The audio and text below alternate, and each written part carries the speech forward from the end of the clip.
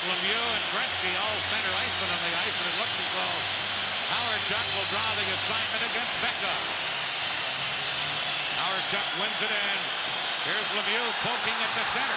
Lemieux ahead to Gretzky. Has Murphy with him on a 2-on-1 to Lemieux. And on goal, he shoots, he scores! Mario Lemieux with 1:26 remaining.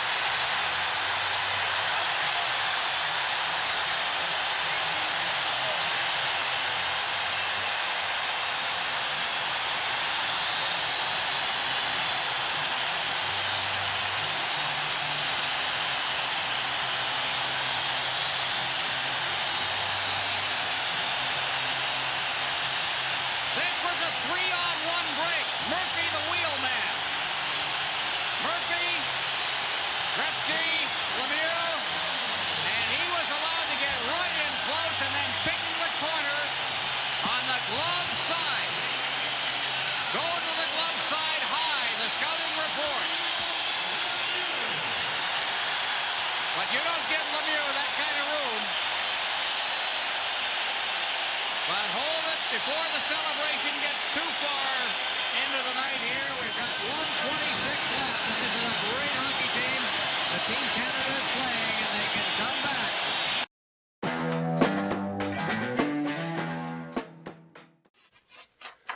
Welcome, everyone, to episode 1 of the Hazy Sports Podcast. I'm Jason Brown, and I'm joined by my good friend and co-host, Charlie Ashbury. Charlie, how are you doing? I'm good, Jason. Nice to be here again. Yeah, we're back on the podcast. This is kind of a second evolution from some podcasts that we did back in the day, in the early podcast days. How long do you think it's been? It's got to be close to a decade, maybe, right? I think so. I think in our previous podcast lives, we started that around 2010, maybe. Yeah, that's That crazy. sound about right? Yeah. Well, it's good to be back. Good to be back. Yeah, the previous era was a little bit more about just getting together and getting drunk and ranting and telling stories. So we'll have still have some elements of that, but this time we've got a little bit more of a focus on the sports side of things, a little bit of nostalgia. But Charlie, how would you describe the Hazy Sports Podcast here? Well, I think it's going to be an interesting look back at some of the biggest sporting, not events, but just games of our history, and just kind of looking at it a little closer than maybe we did when we were actually in the moment. Like I Yeah. know, as a kid, you don't really analyze the game the same way, and some of these games were going back to when we were 10, 15 years old. So it's going to be interesting to see what was actually happening, a little more focused look on things. Yeah, that's what I was thinking too, and we've been friends now for almost 40 years, so we've got kind of almost 4 decades of sports to look back on, which is crazy. But I think the genesis of this idea kind of happened maybe a year and a half ago when we saw the '87 Canada Cup highlight with Gretzky dropping the puck back to Lemieux and scoring the winning goals, and it's such an iconic moment in sports and in our lives. But when we got talking about it, we were sort of like, we remember that goal, but really don't remember anything else about that game, about that series, other than it's just known as one of like the greatest tournaments and the greatest hockey ever played. And the funny thing is, like, we made a list of games we want to do, and almost all of them I can remember a key moment, but you don't really remember anything else about the game. Like it was awesome to go back and look at this. Yeah, and that's kind of how we, I guess, came up with the name, the Hazy Sports Podcast. Is just all these moments that we remember fondly, but have gotten a little hazy over the years, and We're getting older too. we're getting older. Yeah, so we need to. So really, that's the point. We're going to be going back, looking at these great moments in sports history. Providing some commentary, filling in some of the gaps, and having a few laughs along the way. And in fact, the '87 Canada Cup, the final game in that series, Canada versus the Soviets, is going to be the main topic for the episode today. And we thought it was kind of cool. That was the first kind of idea we had for this podcast. And then with Four Nations Cup starting next week, we thought the timing was perfect to do a little bit of a Four Nations preview, and then segue into our deep dive on the retrospective on the Canada Cup. What are your thoughts on this Four Nations? Like, are you interested? Yeah, I have to admit it kind of snuck up on me, and I didn't have the same level of anticipation as maybe the Olympics or a previous World Cup. But now that it's here, and I was kind of looking at it, I am kind of pumped up for it. I like the fact that we haven't seen McDavid play best on best before. Yep. After going back and watching all the '87 stuff and seeing like Gretzky was pretty much at the same age then as McDavid's at now, and I'm kind of interested to see if McDavid can step up on the big stage the same way that Gretzky did and kind of have his chance to make that impact.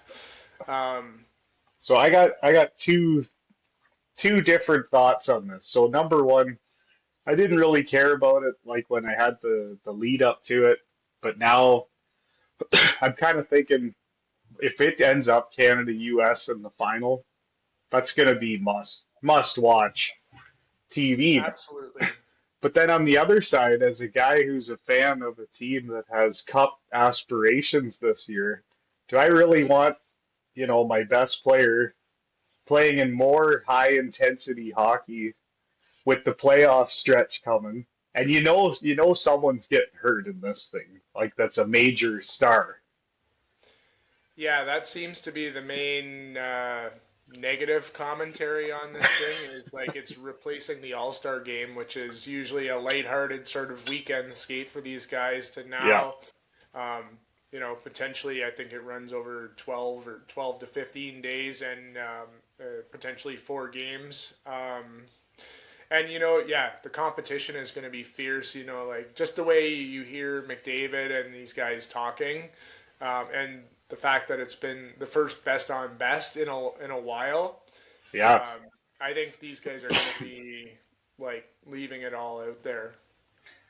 Yeah, I really hope, like, if I'm not a Leafs fan, but if you lose Matthews or something in this will be the last Four Nations Cup, I think, for a while. Yeah, I think so too. As a Wings fan, I don't have too much to lose. We're fighting for a wild card berth at best. We do have Larkin playing for US and Raymond playing for Sweden. So, but you know what? It's happening. So either way, I'm pumped to settle in. But I don't know about you, but I wasn't super familiar with the rules and format, so I did a little bit of research just to kind of get familiar with it. So just for everybody listening to kind of like get up to speed, Four Nations Cup, obviously there's 4 countries participating: Canada, US, Sweden, and Finland. Ironically, no Russia, based on the topic of our conversation for our retrospective today. But Which kind of feels, I don't understand why they're not there. It kind of makes it a little less interesting for me. Like, I don't know. That's a whole nother argument. Yeah, they would definitely be right there. Match up with Canada and the U.S. as the favorites. But really, I think any team could win on any given day. What I like about the format, I guess, is although it is extending well beyond what the typical All-Star break would be, They do keep it pretty tight. It's a round robin. Each team plays each other. Each team plays all the teams once in a round robin style, and then the top two teams. There's no semifinals or anything. The top two Yeah. teams just go right to a one-game playoff. All the games are being played in either Montreal or Boston. So the finals is in Boston. So it's going to move pretty quick. We get 3 games, and then you're on. There's really going to be not a lot of room for mistakes in the round robin phase. And doesn't Canada play the U.S. right off the hop too? They play Sweden first. Yeah, that's right. Yeah, That's right. So I've got some kind of key matchups here in front of me.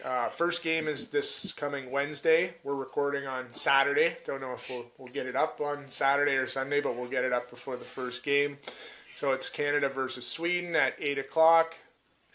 These are the Canadian games anyways. And then, the big ones, U.S. Versus Canada, 8 o'clock the next Saturday. So a week from today. Oh, perfect. That's gonna be a great match. I wouldn't be surprised to see a scrap or two even in that one.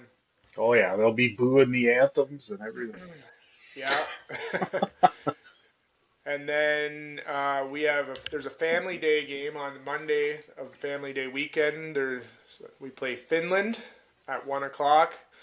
And then that's the last round robin game. And then Thursday, February 20th is the finals. So hopefully it's a Canada-US final. So right off the hop. Oh, sorry. Just right off the hop there, they already said Rantanen's out for Finland now. Oh, and they're already saying Mark Scheifele might be subbing in for Crosby if he's hurt. So we're already feeling the injury, and who knows? Like maybe guys are just taking the week off or whatever. Yeah, it's hard to say. I guess it would be a bummer to not see Crosby on there. I think one of the potential storylines that I was most looking forward to is seeing him and Marchand and why am I drawing a blank? The other East Coast guy, McKinnon, yes. Seeing those three on a line together would be kind of cool. But there's great talent up and down. So I think I'm just kind of looking forward to seeing all those guys come together on all the different teams. Now, from a betting perspective, the one thing you always get with these international hockey lines, a lot of public money usually comes in on Canada. That kind of skews things. So, I always find you never get much value on Canada. It's almost pointless to bet on them because you just they're kind of like the Leafs of the international hockey. It's true, but they are actually plus money right now to win the whole thing. The U.S. is actually the betting favorite right now, which they got a good team. But I believe Canada was plus 140 to win the whole thing. So you are getting a little bit there. Okay, if you got faith in our boys. Yeah, it's tough. If you look at the rosters, top to bottom from the U.S. and Canada side, obviously the top 6 forwards for Canada is pretty. Could go down as 6 of the best forwards to ever play together, but then it thins out a little bit, I guess, compared to the depth on the American side. It does, but who's gonna do the dirty work on the U.S. team?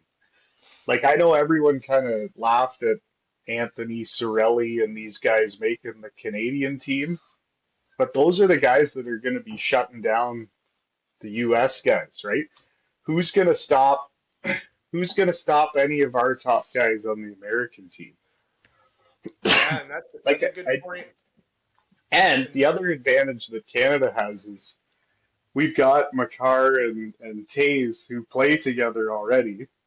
So there's some comfortability. The only problem is our goaltending is suspect at best. Like Aiden Hill, I don't get it.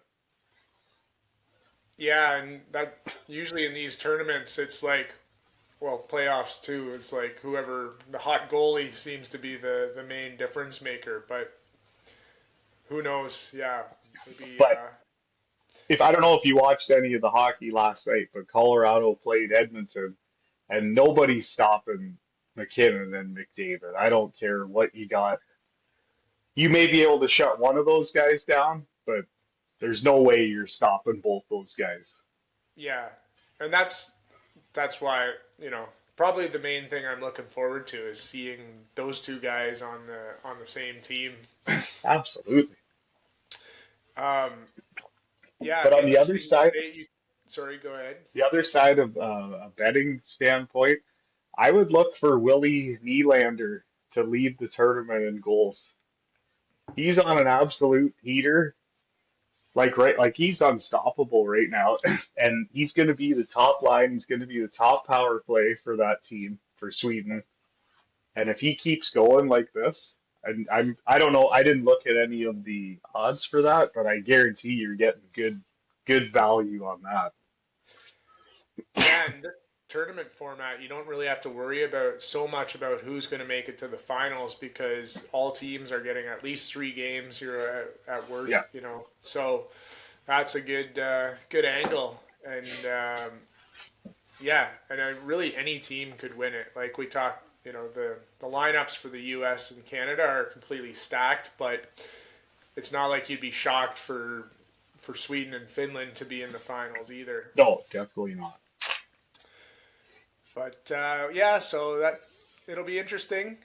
First Four Nations Cup. It doesn't have the pedigree of like the World Cup and the Canada Cup that we'll be talking, but we'll be seeing some good hockey regardless. So I guess with that little warm up, should we get to our retrospective on the '87 Canada Cup? Let's do it.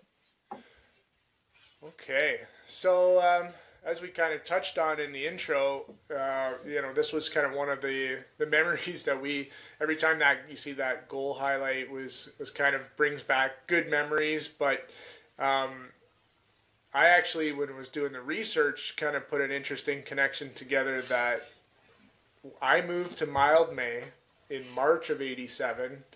This tournament started in August in '87, so that means that we would have met each other about 2 months before this tournament started. So kind of interesting coincidence that our first episode on this podcast pretty much aligns up with when we started hanging out.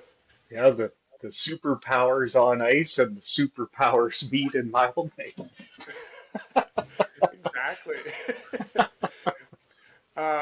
And then actually, 14 years later, your parents took us to Canada Cup game in '91, which was actually the last Canada Cup.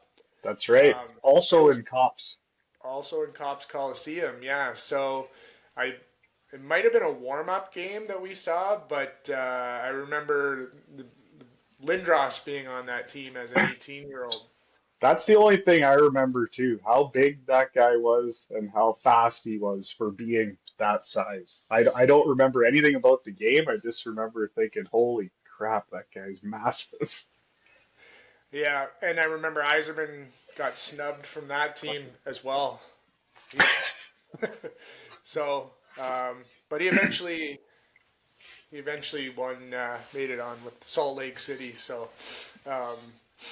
anyways, yeah, so, we've got some fun history on international hockey. You were even over at my place for the golden goal in the Vancouver Olympics. Yeah, we had the lamest high five ever.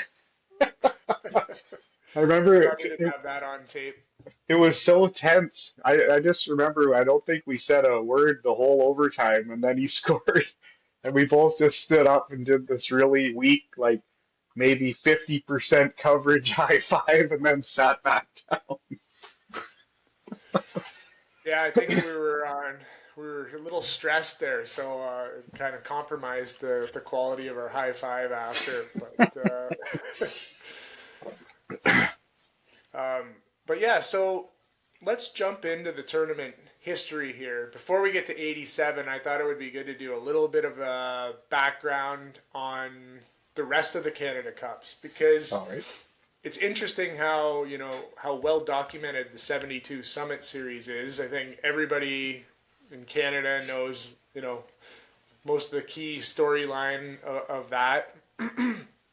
That was actually the first best on best tournament or series that was ever created, and really in response to the fact that the Olympics only allowed amateur players to play. So Russians were dominating, or the Soviets were dominating at the Olympics, because Canada could never bring their best players because they were all pros. So Alan Eagleson was the one that created the Summit Series and ultimately the Canada Cup.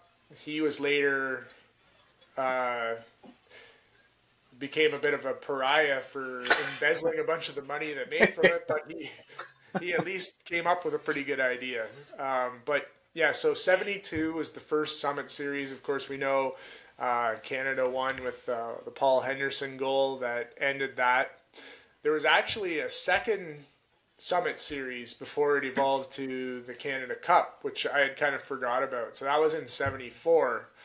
And if you're wondering why we don't hear about that one too much, it was actually because the Soviets steamrolled Canada 8-1, they played 8 games. Canada only won one of the 8 games. I think there was a couple ties, but the Soviets pretty much ran the table there. Interesting note on that one, that was the only one Gordie Howe played on. He didn't play in 72 because of something with the WHA that They wouldn't let him go.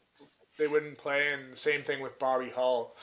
But yeah, I think Gordie was probably past his prime at that point, so didn't do much to help him. I don't know. So then Didn't he we go moved. on to play for like another 20 years after that?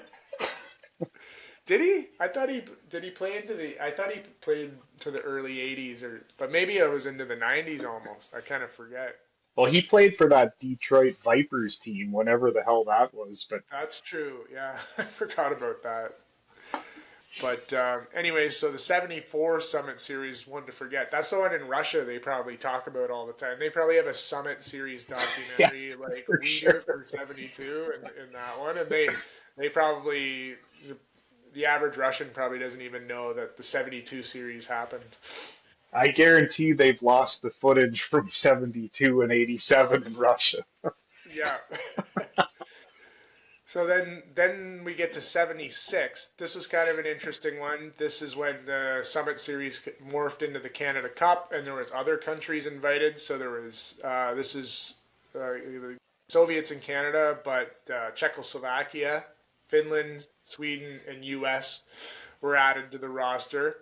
The Soviets were kind of in a rebuilding period at this point. So actually, in '76, Canada beat Czechoslovakia in the finals to win the very first Canada Cup. And that one was kind of Bobby Orr's swan song. He was unable to play in any of the Summit Series because of injuries, and he actually led the tournament in scoring and was tournament MVP. And Canada won, as I mentioned. They beat Czechoslovakia. So, and then of course he was hampered by injuries for the rest of Yeah. his career. But that 76 was kind of a nice moment for Bobby Orr to kind of be, Did Mr. they Canada. did they stomp them in 76 or against the Czechs? Like you don't really hear about that at all. Yeah, it was. I don't have the score of the game, but I think they beat them pretty handily. Pretty But handily. uh, I think they actually beat the Soviets in the semis fairly easily that year. So then we moved to 81. Of course, this is our first appearance from Gretzky on the Canada Cup scene as a 20-year-old. He had just broken the record for NHL scoring record at 20 years old. He also led the Canada Cup in scoring. This was also our first look at the Russian green unit. So that's Larionov, Makarov, Krutov up front, and then Kasatonov, which always makes me think of some sort of dish that's served in the casserole dish. Kasatonov and Fetisov. So kind of a cool. This is really. I feel like this one's really setting up what we'll see in '87. All four of the guys on the green unit there were 21 years old. All of them except for Makarov, who was only 23. So you're kind of getting like the 5 best Russian players of that generation on the All at ice, once, yeah. all in their like the start of their career, and you're also getting them matched up at Gretzky at the early stages of his career. So when we see them collide again in '87, you're seeing all of these guys in their Peak. prime. Yeah. But unfortunately for Canada, although Gretzky did lead the tournament in scoring, Russia crushed Canada 8-1 in the finals in that one. So that's another big documentary in Moscow is the '81 Canada Cup. That's another So big then hit. there was one more Canada Cup before we get to '87, and that was '84. Once more, Gretzky was leading the way for Team Canada. Trottier, just an interesting side note I discovered on my research, Trottier played for Canada in '81, then Yeah. switched sides and played for the U.S. in Oh, '84. defector. Did not realize that. Brett Hull Yeah. did that too, right? But I don't think Hall ever played for Canada. I think he just. Oh yeah, you're right. You're right. I think he had dual citizenship and just chose the The U.S. wrong right from side. the beginning, which to me is better than playing Yeah. for Canada until Yeah. you're like 20, 25 or 30 and then jumping to the U.S. That happens in soccer a lot. These kids will come up and whatever, nationality they have, and then they switch halfway through when they, you know, will move to England, and then the England team decides, hey, why don't you get citizenship here and you can be a part of the national team. Yeah, I always find that weird. Like, kind of takes a little of the patriotism out of the equation. Yeah, When I you're would willing say. to just jump around from country to country. Yeah. But we in '84 we also saw our first West Germany appearance as they outqualified Finland. That would be the last West Germany appearance we would see on the international scene. Not long after, they would just be known as Germany. So this one was an interesting one. Actually, there was another classic Canada USSR game, but in this one, Russia dominated through the round robin. They won every game. They were perfect. And Canada kind of limped in. So instead of meeting in the finals, they actually met in the semifinals. And then it was 2-2 going into overtime, and Mike Bossy scored the winner in overtime. So I didn't go back and watch that full game, but from what I was reading about, that was actually a pretty iconic Good game one. as well. And then that led Canada to a more of an anticlimactic finals as they beat the Swedes, led by Mats Naslund and Hacken Lube. A couple of throwbacks for you there. But yeah, Canada won 2 straight to win the '84 Canada Cup. And that takes us to '87, and really the focal point of our discussion here for today. Yeah, like everything you read and all the interviews you read is a lot of people consider this to be the greatest hockey ever played, the greatest tournament ever. And honestly, after going back and watching the game and learning more about it, I'd have a hard time disagreeing with that. Yeah, I'm on the same page there. It was awesome. So we both went back and watched the game. It's available on YouTube for anybody out there. But before we kind of dive into the details, Charlie, what was just your kind of reaction and top level kind of response to digging back into some of that stuff? Like right off the hop, the simplicity of the broadcast is a massive, massive thing. Like it was literally a 3 minute intro, and then we're right into the game. There's not a 7 person panel. There's not a, over analysis of everything. It was just awesome. Like just get to the game. I had that noted down too. That was one of my favorite parts, and you kind of forget what it was like when we could just jump in, like just enjoy the game and not have a 5 person panel, like breaking down every conceivable storyline. And on that note, what I actually kind of got a laugh out of it, like they did the one part of the pregame broadcast that they did have was on ice interviews, but they literally went down to on ice, Yeah. and they had Mike Keenan there, and they asked him one question, and Keenan gave the answer. It almost seemed like he was reading off a teleprompter, and then they're like, "Thanks, Mike. Back upstairs." They were like, "What?" Literally one question, and then they interviewed the Russian representative, and he had kind of the same one question and then back up. So you had like yeah, the pregame part of this was like 10 minutes, and then we were into the game. Yeah, Um, it was nice. Refreshing change from today. I think uh, one of the most fascinating things for me is just, and I think what drew us to this in the first place was this connection between Lemieux and Gretzky. So you have arguably the two greatest hockey players that ever played. You could make some arguments for Bobby Orr or a few other players, but nobody's going to push back too much if you consider Gretzky and Lemieux to be the two best to ever do it. Playing on a line, the same line in a high stakes international match, both of them in their prime. Mario was maybe a little before his prime. He was 21 at this time, but Yeah. coming off a couple of big seasons in the NHL. Gretzky was 26, coming off winning another cup with the Oilers. And seeing how the chemistry that they had on the ice together was awesome to watch.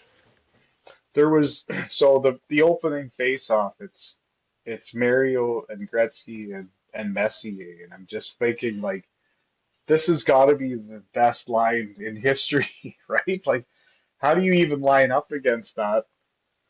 And like credit to the Russians, like they took it to him right off the hop, but just seeing those three guys on the ice, I was like, holy shit! Like this is how do you stop this?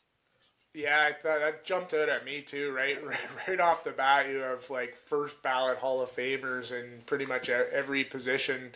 Um, even on the Russian side of things, like most of Yeah. those guys went on to Hall of Fame careers.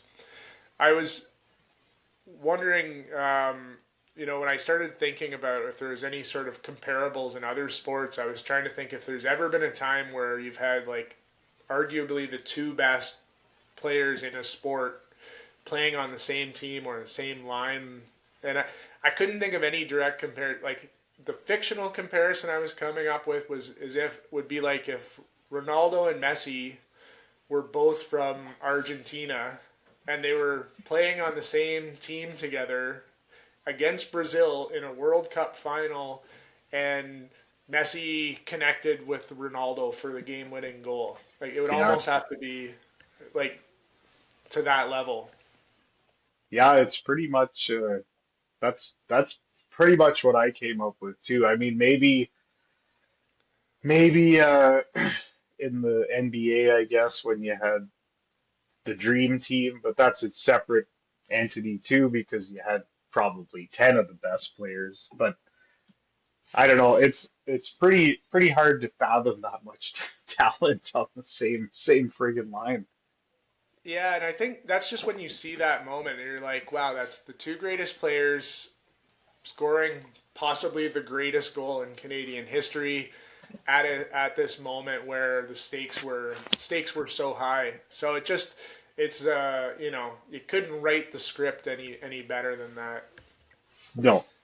And actually, one thing I forgot about, probably a lot of people, game two went to double overtime, and Lemieux scored the winner in that on a pass from Gretzky as well. which you think would be more remembered, right? Because they lose that, there is no game three. Like it's, and you Yeah, never hear about it.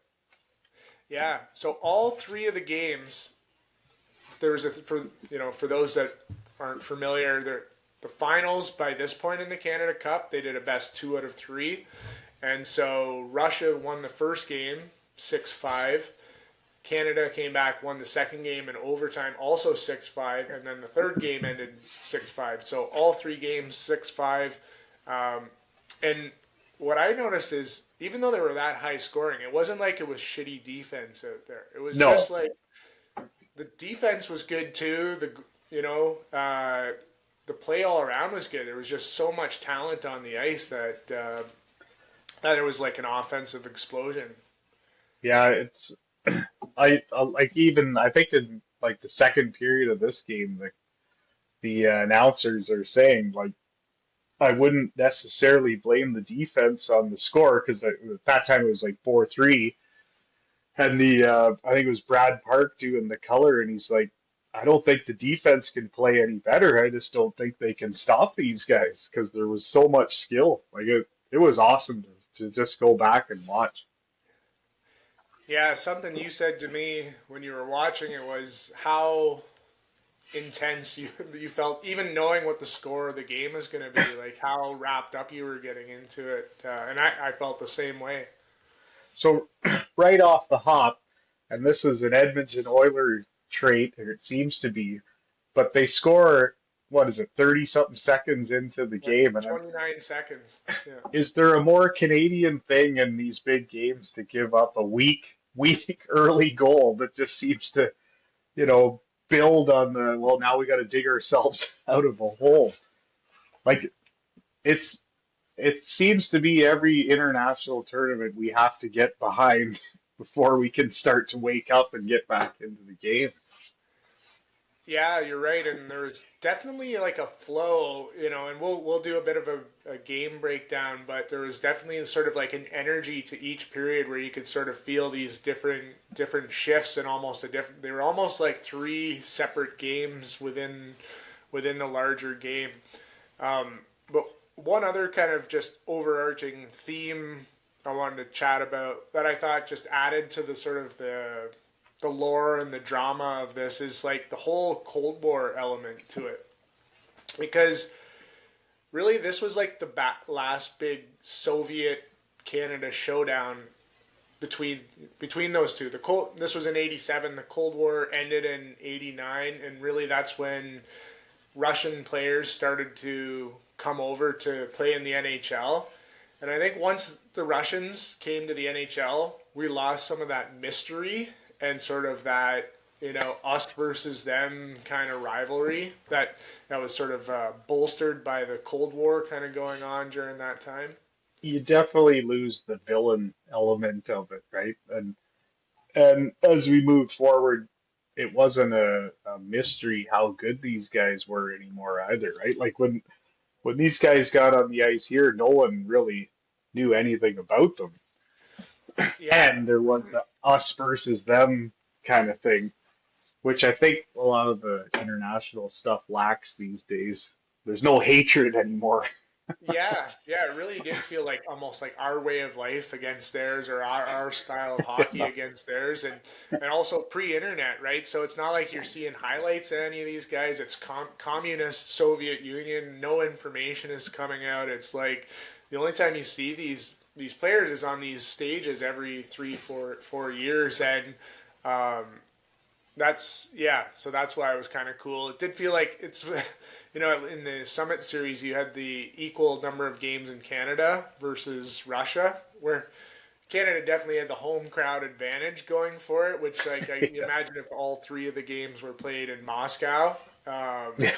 and they were close games like that, the crowd, that might have been a bit of a difference maker to swing things. So, but yeah, it was the Gretzky and Lemieux theme, this sort of like mystery around Russians and sort of the last chapter of that great rivalry, overarching, and just I guess another big takeaway I have is maybe it was just the age that we were at, but I feel like this tournament kind of kicked off a golden age for hockey in terms of the style of hockey, the play, and just the way, we were into the NHL. It felt like a really exciting time to be a hockey fan. Yeah, for sure. And you went from what would have been the domination of the Islanders moving into the Edmonton reign, and then you see Lemieux, and you just know that that's going to happen next. And the Canadian talent and the NHL talent, for that matter, just took off from this point on. Yeah, yeah. So why don't we jump into, before we do the game recap? I think everybody knows, obviously, Gretzky, Lemieux, Messier, and some of like the main guys that you see in the highlights. But why don't we do?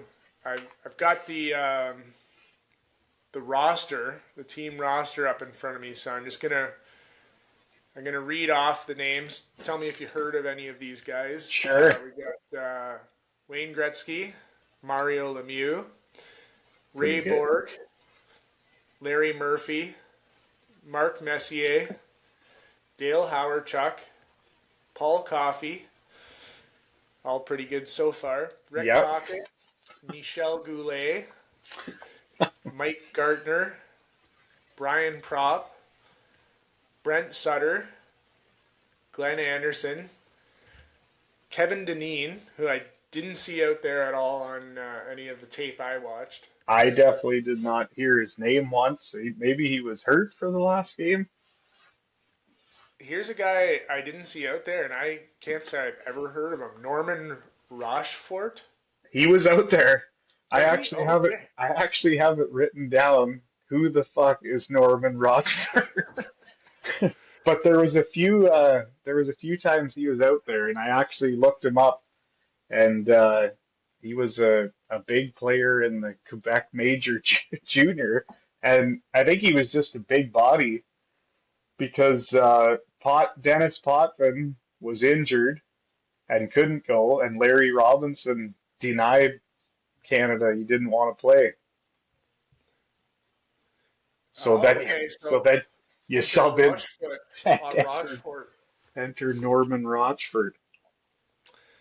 Then we had Killer, Dougie Gilmore out there, Yep. Claude Lemieux, the Rat, Craig Hartsburg, James Patrick, Doug Crossman, and Grant Fuhrer, the only goalie listed. I think Brodeur was actually on the team I don't see him on this sheet, but I think a young Brodeur was actually the backup.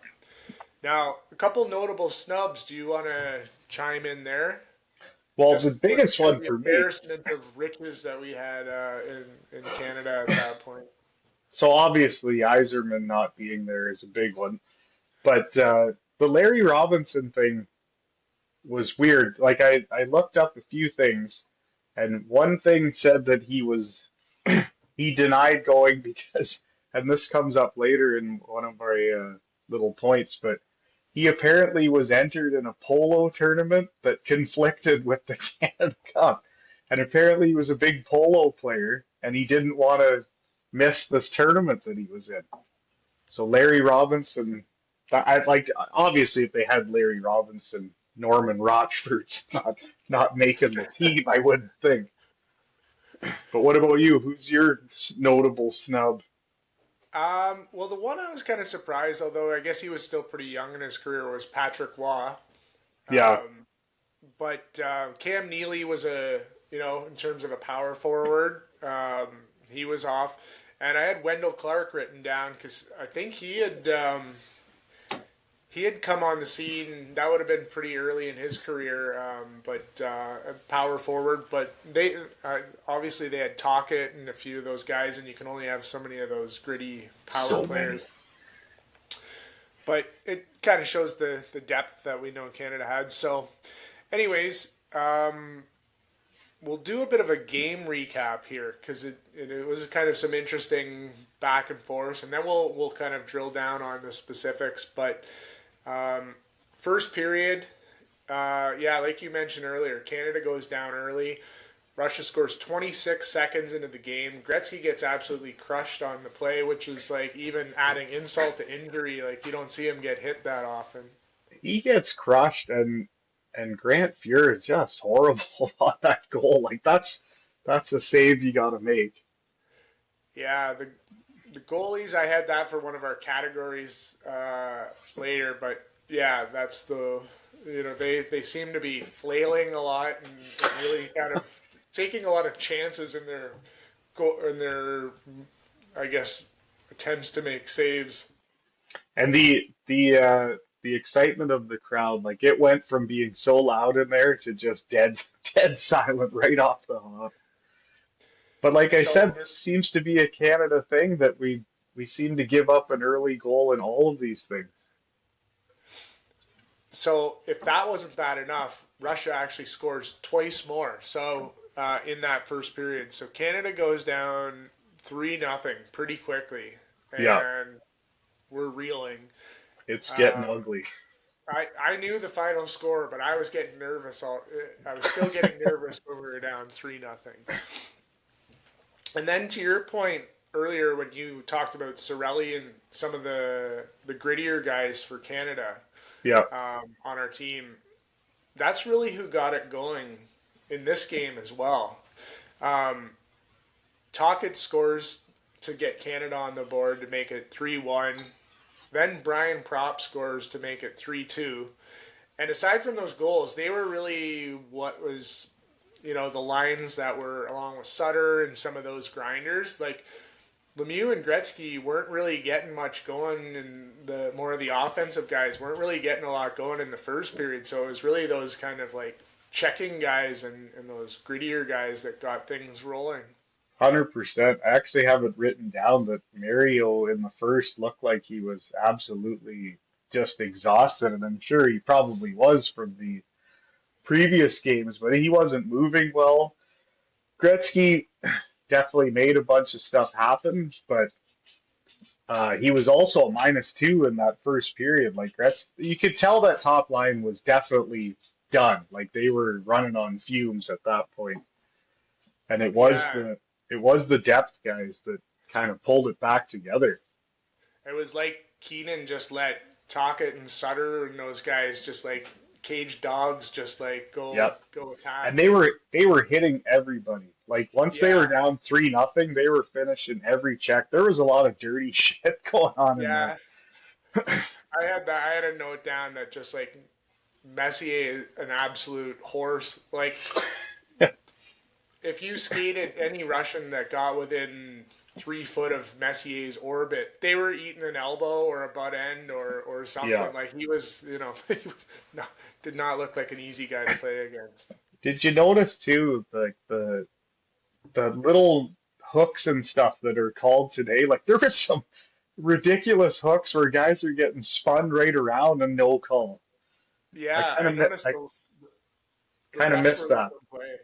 Definitely. So yeah, so Tocchet scores to make it 3-1. Then Brian Propp fairly quickly after scores to make it 3-2. We got some good momentum going, but then right before the end of the first period, Russia scores again to make it And 4-2. and another one that should not have gone in. Like Yeah, Grant Fuhr, I don't know who the back. I guess it was Brodeur, Richard Brodeur, maybe. Is that who it is? Or was the backup? I But thought it was anyways, Marty. Was I Marty don't not know. in the I league don't. I then? think he. I think it was Richard. I think Okay. Marty's Yeah, about maybe I'm getting 16 my at the time. timelines. But I honestly thought he was going to get pulled because he was. All four of those goals should have been stopped. Yeah, He was. It was a Fuhr rough did not first. look good. No, Um, but we made it close, but still quite a period, eh? Like it went to oh, intermission, 6 goals, and I'm like, wow, that's just the first period. and it was one of those games where they're down, but I felt like they were by far the better team in that period. It was just they got no saves whatsoever. Yeah, But that said, it could have also been 6-2 because the Russians were getting chances after chance. It was you could tell Canada was a little bit on their heels, that's for sure. Yeah, so second period, I think we see a bit of a shift where Canada's definitely like coming out stronger. And of course, so first goal in the second period is Gretzky in his office, Yeah. shovels a pass out to Larry Murphy, who buries it to make it 4-3. And Who then, sorry, did go you? ahead. I was surprised at how big Larry Murphy looked. Like I remember him later on in his career, but in these games he looked like a giant out there. Like he's a big dude. Yeah, and he could move. Like he was Yeah. quick. Yeah, his Yeah, skating was I was top impressed. notch. Then Sutter scores. I think it was Brian Sutter. I always get him mixed up. But Yeah, it's Brian. Yeah. Brian Sutter scores. I was impressed with him all around. He was, playing his game as you would expect, but getting on the scoreboard, playing tough, and playing good defensive hockey. There was and I read a really good article about this game on it's 5forfighting.com. It's basically saying the greatest game ever played. And one of the things they pointed out that what led up to the Sutter goal was Gretzky and Lemieux were actually rested for quite long periods of the second. Like they were taking 3, 4 minutes without even getting a shift. But it was because this Sutter line and the other guys were doing so well. They're like, okay, we can hold these guys back because we're probably going to need them later on. And it actually paid off because they scored this goal. And it was kind of a ballsy strategy by Keenan because it's not like those are two guys you would normally rest for long stretches, especially when you're down, but it paid off. Yeah, yeah. I think there's some interesting Keenan points. Like when apparently he like ran like 28 different line combinations in this game and was just like trying everything. But yeah, that was a pretty bold move, and it paid off. And then before the end of the second, Howard Chuck. So when Sutter scored, that tied it up at 4-4. Yep. Then Howard Chuck scored to make it 5-4. And one of the comments I had was Howard Chuck. I knew he was good from points. I knew he had lots of points, but he played early enough that my memories of him were pretty vague. Yep.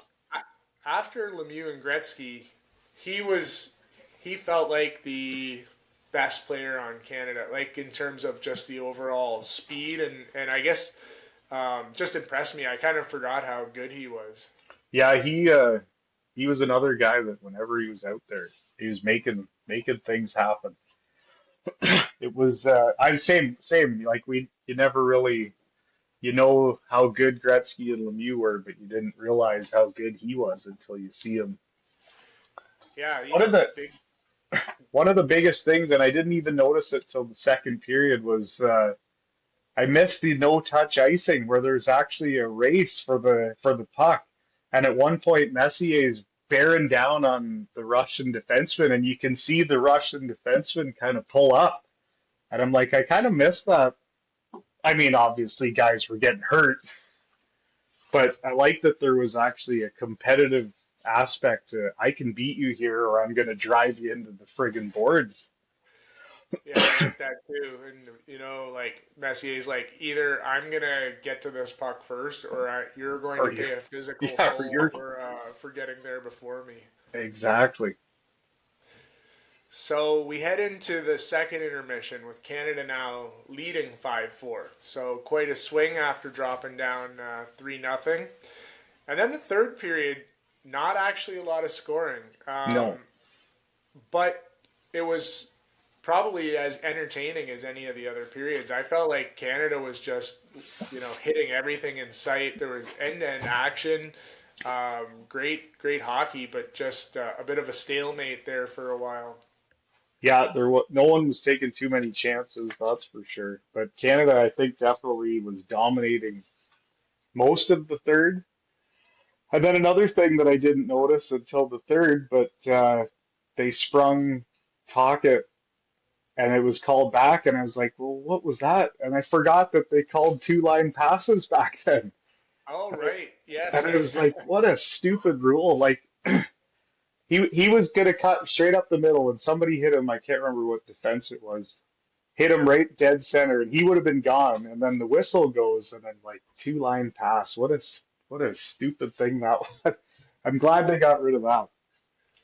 Yeah, yeah, same here. But the scoring eventually got broke with 7 minutes left in the third. Russia scores to tie it up. Yep. Now, now we're on eggshells again a little bit. Russia scored. They got the momentum, and that sets up 7 pretty intense minutes of hockey until we get down with about 2 minutes left, a minute and a half left, and we get to the highlight that we've seen 1,000 times before. Gretzky to Yes. Lemieux. Okay, so before we get to that goal though, the Russian coach takes the timeout at 2:32. Okay, so I went back and watched this. So the Gretzky line had been on for almost 2 minutes prior to that timeout. So Keenan takes them off the ice for, I don't know what it is, maybe there's 45 seconds before the next whistle goes. But that timeout allowed those guys to get almost a minute to 2 minutes of rest, which I think is a huge, huge error by the Russians.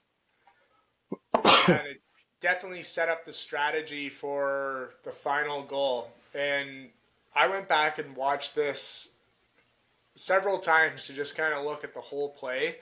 So many, like, we all think of like the Gretzky drop pass to Lemieux and Yep. he goes top shelf. There's so many other interesting things that kind of happen though to lead up to it. So there's a minute and a half left. Face off is in Canada's end on the left dot. Canada has 3 centermen out there. They have Howardchuk, Lemieux, and Gretzky. And then they have Murphy and Coffey on defense. They have all 5 guys lined up. They have no D back. So they have Coffey playing up on the left hash mark. They have Howardchuk taking the draw. Yep. Then they have Lemieux on the inside on the right-hand side. They have Murphy right beside Lemieux on that right side. Then they have Gretzky on the right, the far right. He's on the far right hash mark, just drifting off in kind of no man's land. So obviously this was like a design play.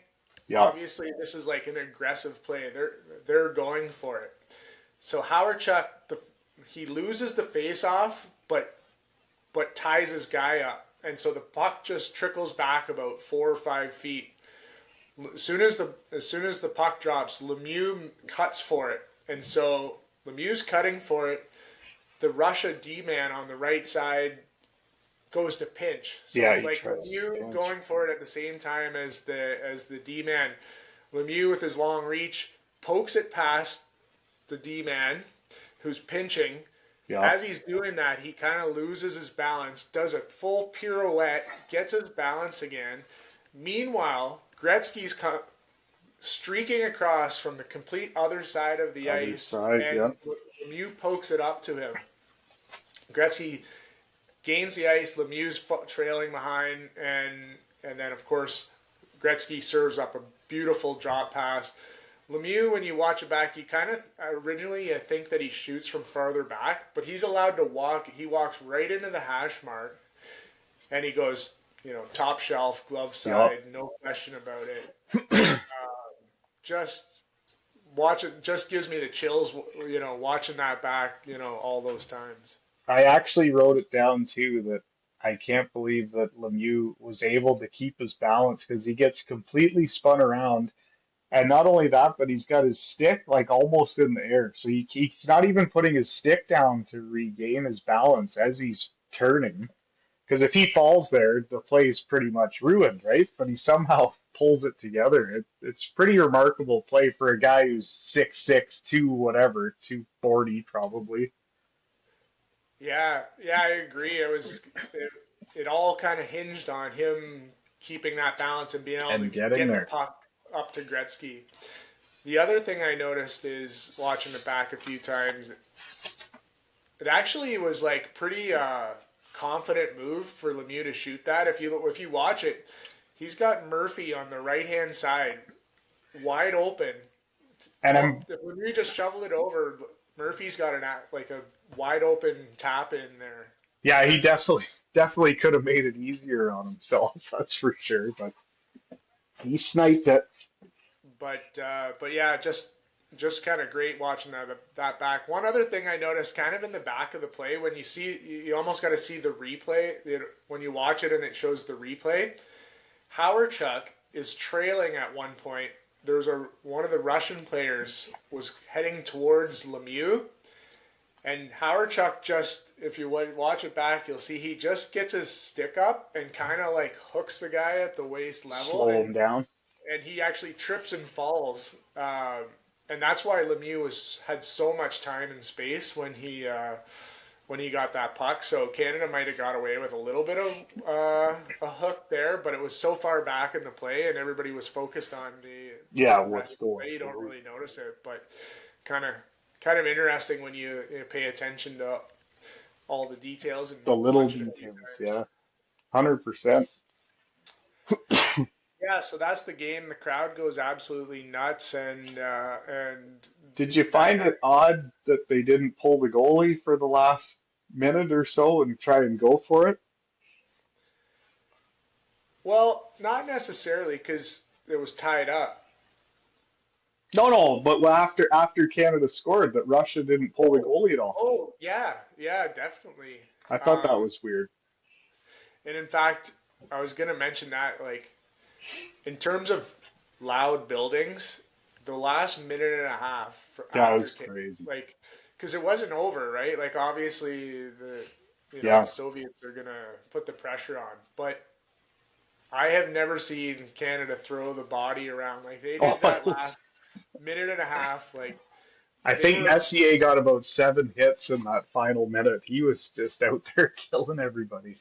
because I think they were like, yeah, we'll take a penalty. At this point, it's better to like take a penalty than give up a scoring chance. So it was just like it was crazy. Yeah, the Messier and those guys just closing it out, doing their Mariano Rivera and closing that game out. But yeah, so pretty epic game. Definitely lived up to the hype, and to sometimes you have a memory of something and you go back and you're like, it actually doesn't hold up that well when I go back and watch it all these years later. And I think that was one of my main takeaways, is just how well that quality of play held up. It was awesome. It was like you said, you're nervous even though you know they're gonna pull it out. It was like the emotions were still there, which is kind of crazy when you already know the. All right, well, that was a great recap and a nice little walk down memory lane there, going through the details of the game. So now we're gonna shift to something we used to do on the old podcast a little bit, is come up with some categories and awards and nominations for different categories. It's or for different elements of the game. It's kind of a fun way for us to process everything we saw and have some takeaways. So the first category that we're calling it prime time. So basically, people, places, or things involved in this game that were in their prime at that moment. And I guess I have a big one that's kind of a debatable one. But do you think, this is for you, Charlie, was Gretzky in his absolute prime at this point in his career? That's a good question. I don't think he probably hit any higher moment in his career, right? You're coming off the cup. You just played the greatest game in Canadian hockey history, with exception to maybe 72. I believe he led the tournament in scoring. Is that correct? Yeah, he did. He Yes, definitely he did. did. He did. And He's coming off and three straight 200-plus point seasons in the NHL. and just a side thing that I read this week, that in 19 this would be 86, 87, he won the scoring title, and he could have only played 48 games that year and would have still won the scoring title. That's not his best. In 83, 84, he could have only played 42 games and won the scoring title. But this has to be the peak for him, I would think. Yeah, I mean, he It's, got traded to LA in '89, like two years later. So he did have another.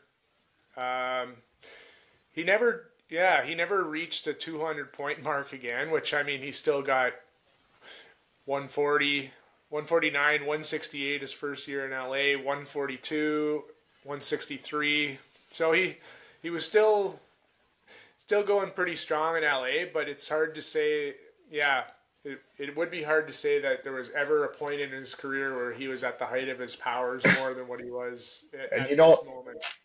like you kind of, I mean, we're used to the skill of what guys have now, but I don't know about you, but every time he got the puck in this game, it was like you could hear the crowd. It's almost like a McDavid now, where when he gets the puck, you know something's going to happen. But whenever Gretzky got the puck in this game, it was like, okay, what's going to happen? And I have to say, I was kind of surprised at the speed. Like you don't think of him as a fast skater, and he looked very quick out there. I agree. And the other thing, he does these subtle little things that I notice, like almost like you see a James Harden or somebody how they draw a foul or how they like lean their body in somebody a certain way to like make space. There was just these ways he would like skate really fast to kind of crowd somebody and then like hammer on the brakes to kind of create space and do it just at the right time where there when he knew there'd be like an open lane to dish it off to somebody. Yeah. And even at this level, he still looked like the best guy out of every person on the ice, which is pretty ridiculous. Like, you don't really realize how great he was till I watched this, and I'm like, man, he is standing out, and this is probably 20 of the best players in the world, and he just looked different. Like, I would agree. I Yeah, think this is probably his peak.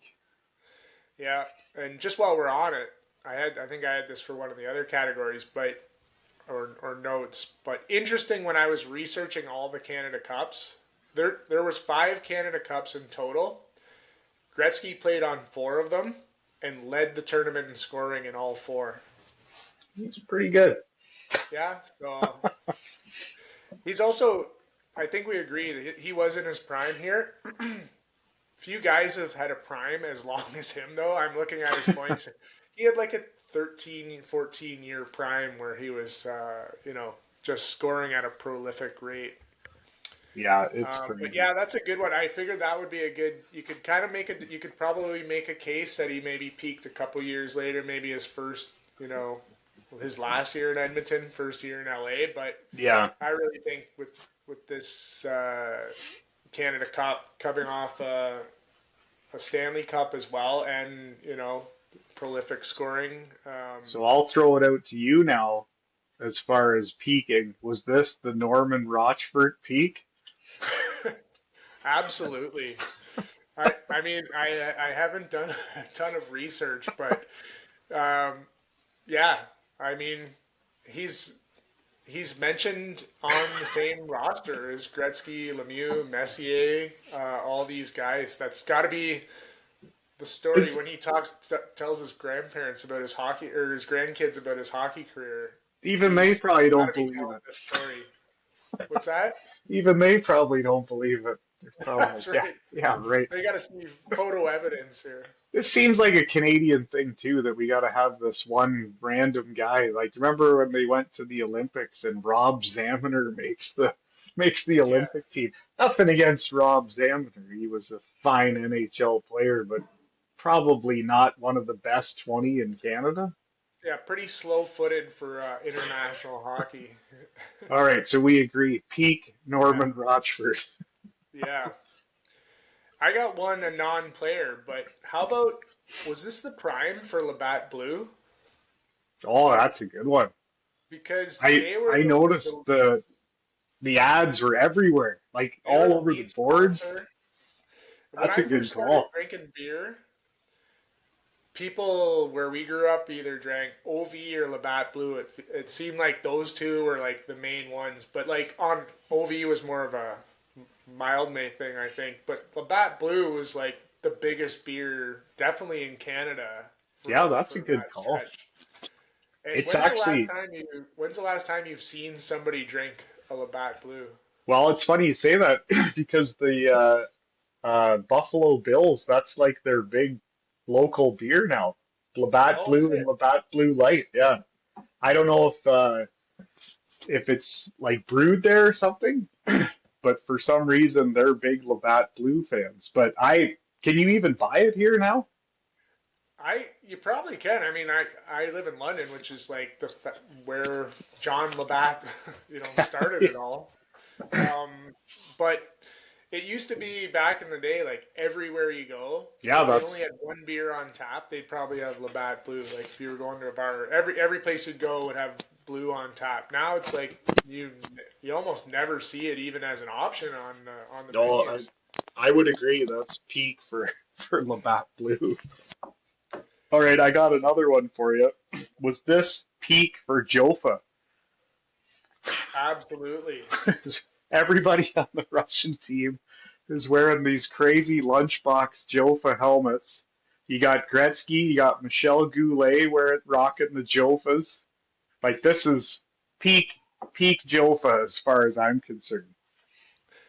How long did Gretzky wear the Jofa all through his career, or did he eventually switch to something No, else? he was so they banned that helmet that he wore, but he was grandfathered in, kind of like the guys when they Craig McTavish was the last Right, guy to the no not. helmet. Yeah, so Gretzky was allowed to wear the Jofa, but it was definitely banned. Yeah, it's gotta be peak Jofa. Yeah, for sure. What I was gonna run past you is this peak Cops Coliseum. Sorry, had a hard time spitting that one out. That's a good one too. Because It's still kicking. it's still kicking, but all the international, it's at Scotiabank or what was Air Yeah, Canada Center or at the Bell Canada Center, or they'll do it in Buffalo. But you don't. I mean, I don't know if you uh, remember, but in one of the I don't know if it was after a goal or maybe after a period, and someone was holding up a sign that said, Hamilton, this is a major league city. And I guess even back then they were trying to get an NHL team. So it was a fairly new building, I believe, at that time. I think so. Now we would go on to see Danzig at Cops Coliseum about 10 years later, Yeah. so that we could maybe consider What when Danzig opened for Sepultura as the peak Cops Coliseum. But what do you think's a bigger peak though? A shirtless Danzig or Norman Rochford raising the Canada Cup trophy? yeah, it's got to be Rochford. Oh, that's But good. yeah, probably no bigger game was ever or moment ever happened in Cops Coliseum history. Yeah. It's odd that these games weren't in Toronto. Doesn't that seem Yeah, kind of weird? yeah. I I would think I think in the Summit Series, like they had some of the games at Maple Leaf Gardens. Yeah, it definitely traveled around. We're all three games in the finals at Cops Coliseum. I I, I'm not I, sure. I didn't go back and actually watch the first two games. We only had so much research time here putting this together, but I was just assuming that they would be, but maybe they bounced around. Yeah, maybe I'll have to look that up, but it is odd that Toronto wasn't the focal point of the universe at that point. Do you have any other prime times? That's all I got for the prime times. How about you? I got a, I got a couple other that I'll throw off you. Okay. I've got you kind of touched on it with the starting lineup, but I said I'm throwing it out. Is this prime time for power play units? Because on Canada's first power play, let me let me recap what their starting lineup on what their power play unit was. Gretzky, Lemieux, Messier, Bork, Coffee. I looked it Yeah, up, that's Charlie. All-time scoring leaders. Those five guys are in the top 16 scoring leaders. So you've almost got 1/3 of the top 15 scorers in NHL history on that power play unit. that's pretty tough to beat. I actually wrote down in my notes here for one of the power plays that they were still using two defensemen on the power play. Like you never see that anymore. That's true, But yeah. when you got those two guys, I guess Coffey's basically a forward. He was like He just third in the ha league in scoring that year, I think. That's crazy. Yeah, Last, that's yeah. definitely peak. That's definitely peak five-man unit there. The last one I got for prime time was the Canada-Russia rivalry, which we kind of touched on already. But really, it started in '72. But in terms of the quality of play and the tension and just the like how evenly matched those two teams were, um, Yeah, I think that's got to be the peak for that. And I would agree. shortly after the next World Cup, I believe. Uh, I think the And Americans some of won the that, and I think it pretty shortly after that it started shifting to a Canada U.S. rivalry as being more of the dominant yeah, rivalry. you get a few in the juniors, but nothing to this level. Okay, let's. So that was nice. Good. The old primetime category always creates some good I like debate that. and discussion. So um, the next categories we have are sort of the what's aged the best and which is aged the worst. So for what's aged the best, do you have anything on your list to kick things off? Number one, that Canada jersey. That is still the best Team Canada jersey I've ever seen. 100% agree. I actually had that noted as well. I was debating on whether to put that in prime time for Canada jerseys or what's aged the best, but yeah, I agree 100%. That one's awesome. I don't know why they don't bring that back in some form or evolution or another. Like why you have the I don't know. Why not use it in this Four Nations thing? It's the best design ever. Yeah, I didn't love the Canada jerseys that they're using for the No, Four I don't like Nations. it either. I got one, kind of a fun one, but what's aged the best for me?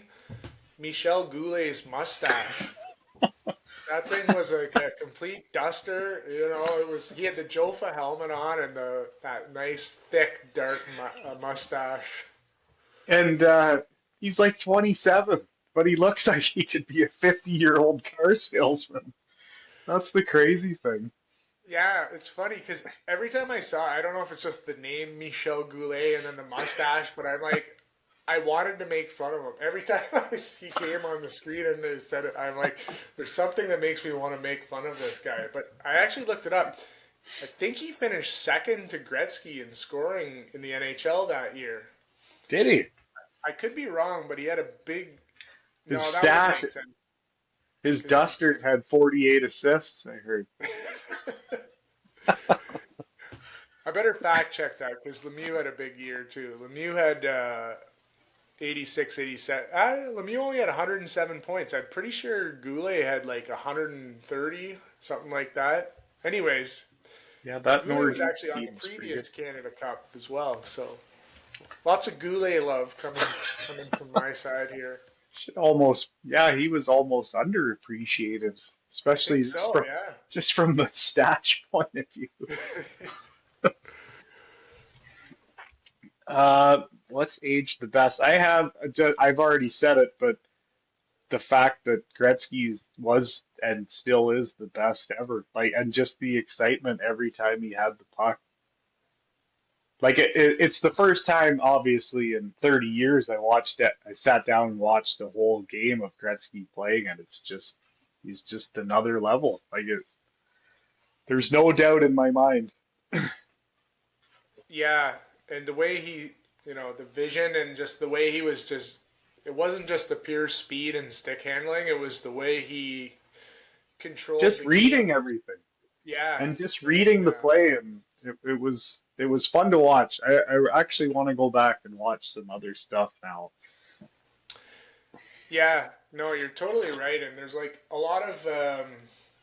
lot of sports where you'll think of a great player and you'll go watch a classic highlight and you're like, yeah, it doesn't really. He was good compared, like when you go back and you watch a Gordie Howe or something, you're like, Yeah. yeah, I guess he was good for that era. And I know we're going back a little ways further here, but you're like, you would look at Gordie Howe or Phil Esposito or some of these guys, and you're like, they would like not even come close to making a junior A team right now. Like No, there's no way. barely make a juvenile team in minor hockey right now. But you watch Gretzky and you're like, yeah, you could drop him in today's hockey. He'd still probably be, he might not be McDavid level, but he would be, He would be fine. Yeah. yeah, that's a good one. Yeah, a lot of mine we covered. I had the broadcast and what's aged the best. Just that no frills, just kind of like focusing on the game and cutting out all Yeah. the bullshit, the hot Stupid takes, and crap. trying to create drama between with different opinions. Yeah, so I had jerseys too. I actually like the Soviet jerseys as well. Yeah. Like I guess I keep calling them Russia. They were the USSR back then, but the sickle and hammer, I don't know, it kind of brings back the nostalgia. So I like those jerseys as well. I agree. Did you have anything else for what's aged the best before we go to what's aged the worst? That's all I got for the best, but for what's aged poorly, the fucking slap shots. Does anyone know how to take a snapshot? There was a couple of times where Gretzky's wide open in front and he does this big wind up, and obviously someone's getting a stick in there or getting in front of it. I've never seen so many over the head wind ups in a game. Well, you look at the lumber they were using. Like now you got guys with like these huge flexes on these one piece. Like what was the flex on one of those Sherwoods back in the day? Like 6. 150 or something like that. A very Yeah. stiff shaft. Yeah. So Yeah, the old red and white Titans didn't have a lot of give to them. yeah, that's a good one. I had we kind of touched on this one too, but I had goalies. Like, so the overall quality of play stood up so well. Like, honestly, you could watch that game and be like, that was almost as good as watching like a game in modern times. The goalies, Yep. on the other hand, they look like a fish out of the water. They're fucking kicking their legs out all over the place. They're out of position constantly. There's like so much net to score or to shoot at. It just the art of goaltending has evolved significantly since those days. Massively. And they're so little. Like that was the biggest thing. Like, I don't know. It looked like Grant Fuhr's head barely went over the crossbar. And now you watch, most of these goalies, you're lucky if you're getting a corner to shoot at. I couldn't get over how small he was. Yeah, I mean the pads and the equipment are bigger now, so I would give them that. But just the fact that like the butterfly didn't exist, or even really going down didn't exist. Everything was like a big leg kick out. So Big kick saves. you were either making a highlight film save, or you were the puck was going in. It's like they were teaching him to send the rebounds back out to the blue line with all these kicks. It was so bad. My other aged poorly is these Russian guys not playing over here.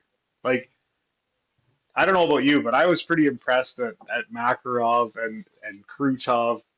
Like, those guys probably would have scored 100 plus points if they were playing in the NHL. Like, just the way they skated and were taking it to Norman Rochford aside, the best defenseman in the NHL at that point.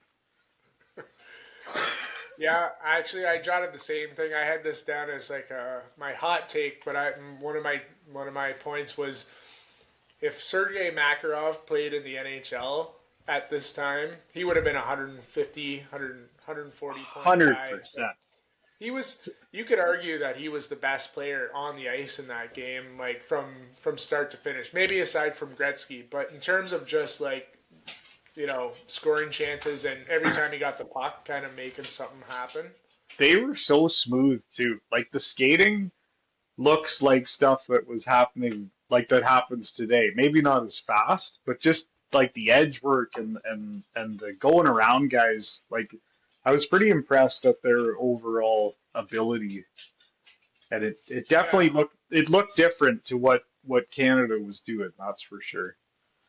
it was like kind of the way they worked as a unit. Kind of reminds me now of how you know as somebody will be rushing the puck and then they don't see what they like and they circle back and drop it off for a D guy who's coming up. So it was much more puck control versus just north south, get it in deep and go chase it. Yeah. Yeah, so it was pretty cool to watch. I actually the one analogy it almost kind of reminded me of is it almost a bit like the Negro League players in baseball when you hear about like Satchel Paige and those and who was the big hitter?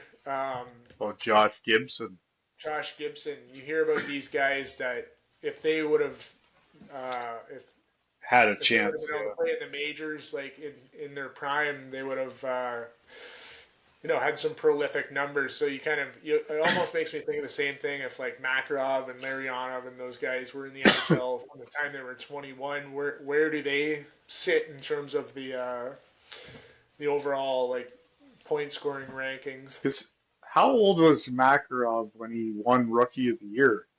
Wasn't he like, 31. I was gonna say, wasn't he in his Yeah. 30s?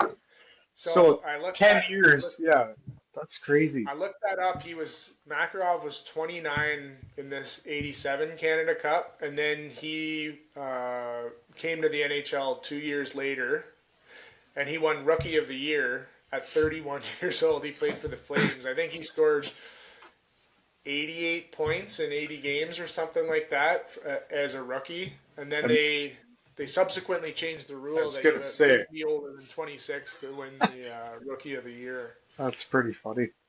Yeah, that's too bad. So you're thinking that, you had 5 prime years before that at least. It's too Yeah, bad. I was looking up all the stats and basically like the equivalent of like the Art Ross and the Hart Trophy Yeah. for the Russian league. Makarov won that like 7 times. He was kind of like what they considered the Gretzky of the Russian league, and pretty much the same age as Gretzky too. A couple of years, maybe like 2 or 3 years older. Yeah, it's too bad they Um, didn't get over here because I mean now we get the best all the time. It would have been interesting to see what they would have done over here. yeah, but I guess that's why what made this tournament so special. So we had that moment. Yeah, hundred Um, percent. One of the things I had that aged the worst is Russian nicknames. So, you know how they called that starting unit the green unit? Yeah, I never knew why. I thought maybe it had some like cool military thing or something like that, like the Green Berets or some special forces unit that they were all part of. It turns out they all wore green jerseys in practice, which I just thought that pretty creative. not super creative, right? It's like you've got okay, guys, we've got the 5 greatest players of our generation. We need a catchy nickname for them. Have you seen the jerseys they wear in practice? They're all green. We shall Oh, call them the Green Unit. I love it. I didn't know Anyways, that. There you go. I learned something. and then to add on to top of that, on top of my bad Russian accent, um, the top line, Larionov, Krutov, and Makarov. Do you know what their creative nickname was? LKM line, The KLM. KLM line. Yeah. There you go. So these very literal nicknames, the Green Unit and the KLM That is line. pretty bad. They need a better PR guy. The only other which way aged the worst I had was the intro music for the broadcast. What are you talking about? It was Wang Chung. When I turned that on, I was like, okay, here we go. I was laughing. I just thought I never knew that was a big enough song to ever be the broadcast. Maybe that should have been in what age the best. Wang Chung. They're not Canadian, I don't think, are they? Have to look that up. I I'll don't get know. back to you on that one. Yeah, It put it is in a the show weird, notes. it is a weird choice. That's all I got for what's aged the worst. Yeah, that's Anything it else? for me too. No, Um, we had the Bronny Award here. yeah, the Bronny With, James, are we sure this guy is actually good at his job award? So we've already touched on it, but for me it was Grant Fuhr. Like, are we sure this is the best goalie in Canada? Because he was dog shit. Like, they're lucky they didn't get housed in that first period. yeah, I agree. He was definitely definitely the weak link. Um, I, I was, gonna say Rochefort at first, but the more we've been talking about it, he's now becoming like the strength, maybe the quiet strength in that big locker room guy. Hopefully none of the Rochefort family get a hold of this because he's getting dragged. Um, what about unsung hero? Unsung hero for me was Rick Tocchet. He was absolutely key in the second period, and from the get-go, he was hitting everybody. Just an energy guy, and I think he kind of turned the tables in the second, and he got the goal that kind of sparked him a little bit. But yeah, I thought he was pretty key to that whole game. Yeah, I thought so too. That's actually who I had written down for that one as well. He just was like, yeah, the momentum shifter, and all through the game, he was just like laying the body. Just that combination of the physical play with contributing offensively as well. And what a baby face, eh? Did you notice that? Yeah, I thought it was pretty funny how young they all looked. Like him and Larry Murphy, almost unrecognizable. yeah, and actually, like the Flyers though, Tocchet and Prop were on the Yeah, Flyers. I think they had, and actually Hextall, I think he was the other backup goalie. So Philly had a pretty solid team. I think that's who the Oilers maybe faced two years in a row in the finals. definitely. One year for sure. Yeah, once for sure. Um, I had it's on the internet, so it must be true as our last couple categories. But Yep. or that's the last category. Was there one I'm missing here? I just have the weakest link on the team, which you'd think Okay.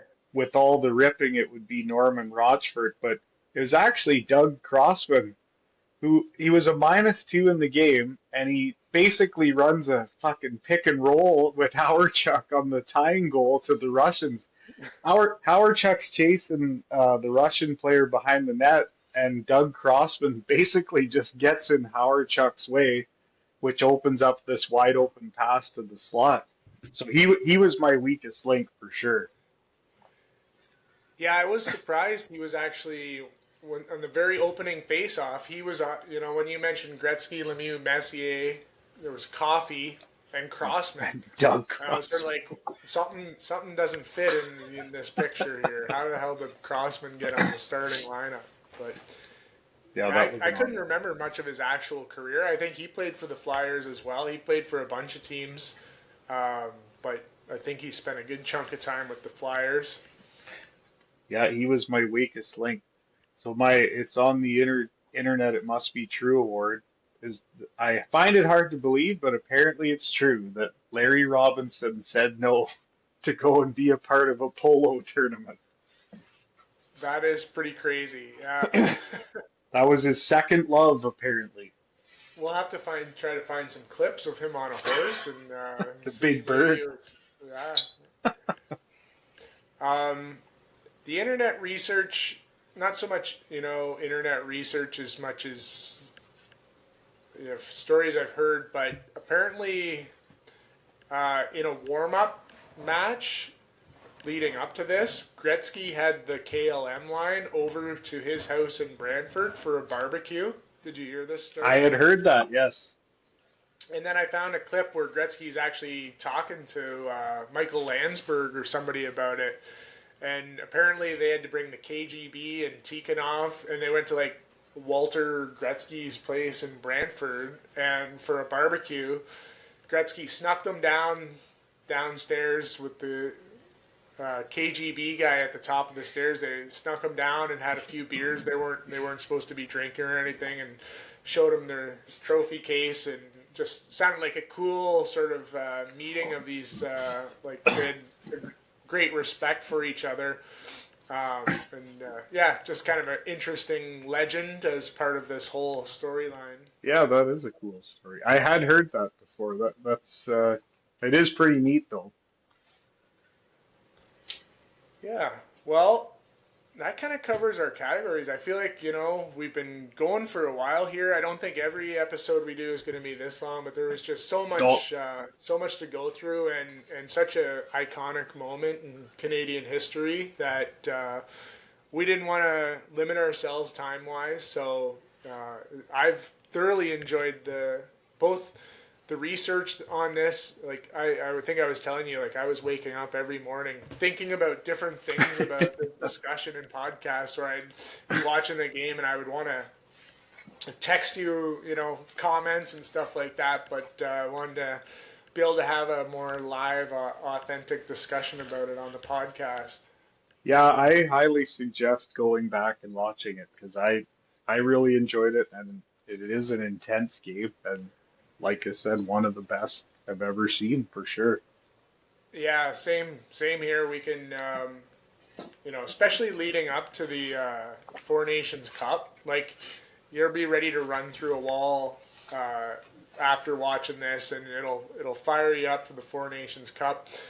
Obviously, and you go to YouTube and you can search the games right there. But we'll try to get plugging some of these links into our show notes or on our YouTube channel, where this is our first podcast. We've literally only texted back and forth for about 6 or 7 days to set this up, so we'll be kind of refining things. But bear with us.